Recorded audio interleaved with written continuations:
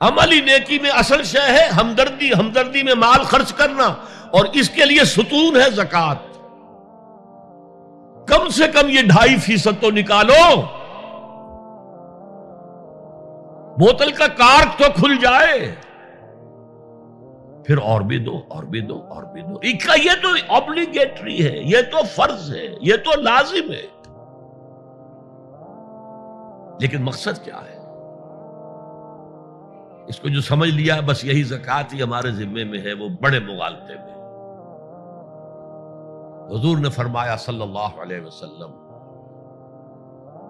ان فی المال حقا سوى الزکوٰۃ، اے مسلمانوں یہ نہ سمجھنا کہ بس زکوٰۃ ادا کر دی تو تمہارے مال کا سارا حق ادا ہو گیا۔ ان فی المال حقا سوى الزکوٰۃ، تمہارے اموال میں حق ہے اللہ کا زکوٰۃ کے علاوہ بھی۔ اور پھر آپ نے یہ آیت پڑھی،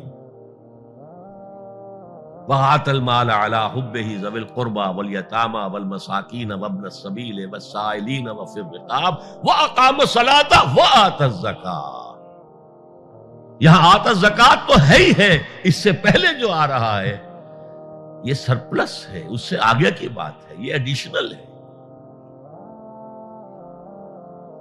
اسی لیے جب انفقوا انفقوا انفقوا انفقوا انفقوا کی جو تکرار ہوتی ہے قرآن مجید میں، تو ایک جگہ پھر سوال کیا صحابہ نے، کتنا خرچ کریں حضور؟ فرمایا قل العفو، کہہ دو جو بھی ضرورت سے زائد دے ڈالو، don't accumulate, don't retain any thing.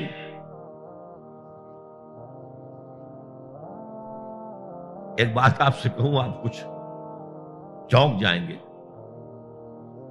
حضور نے کبھی زکوٰۃ دی؟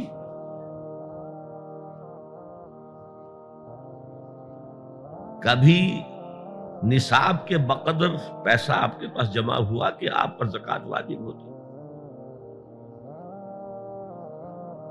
ایسی عجیب بات ہے، ارکان دین میں سے ایک رکن سرے سے غائب، کبھی آپ نے مال رکھا ہی نہیں۔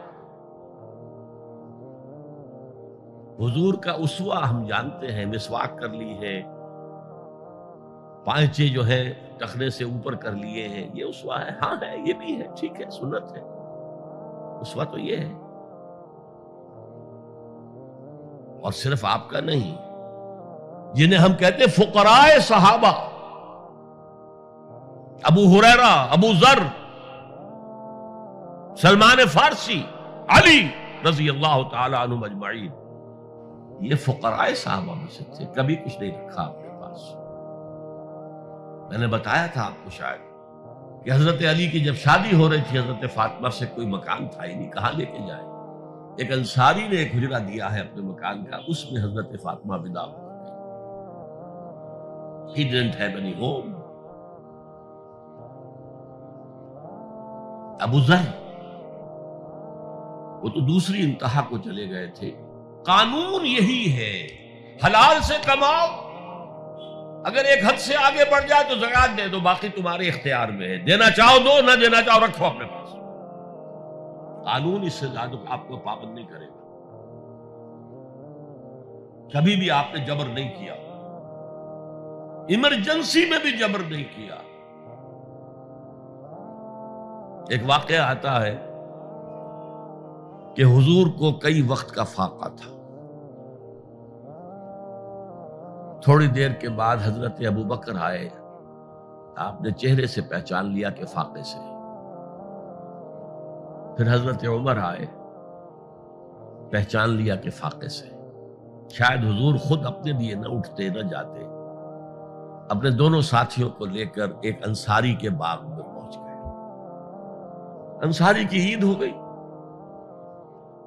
فوراً لا کر اس نے کچھ کھجوریں، کچھ انگوروں کے گوشے رکھے۔ اس کے بعد وہ دوڑا چھری لے کر کسی جانور کو ذبح کرنے کے لیے۔ یہ ساری تفصیلیں میں کیا بتا رہا ہوں؟ مال یہ نہیں تھا کہ مدینے میں سبھی فاقے سے تھے، موجود تھے جن کے پاس مال تھا، لیکن جبراً آپ نے کسی سے کچھ نہیں لیا۔ جب وہ چھری لے کر چلا، فرمایا دیکھنا کسی دودھ والے جانور کو نہ ذبح کرنا۔ بہرحال کچھ دیر کے بعد وہ گوشت پکا کر لایا، روٹیاں رکھی۔ اس کے بعد حضور نے ایک روٹی پر چند بوٹیاں رکھ کر کہا یہ عائشہ کو دے آؤ، اسے بھی کئی وقت کا فاقہ ہے۔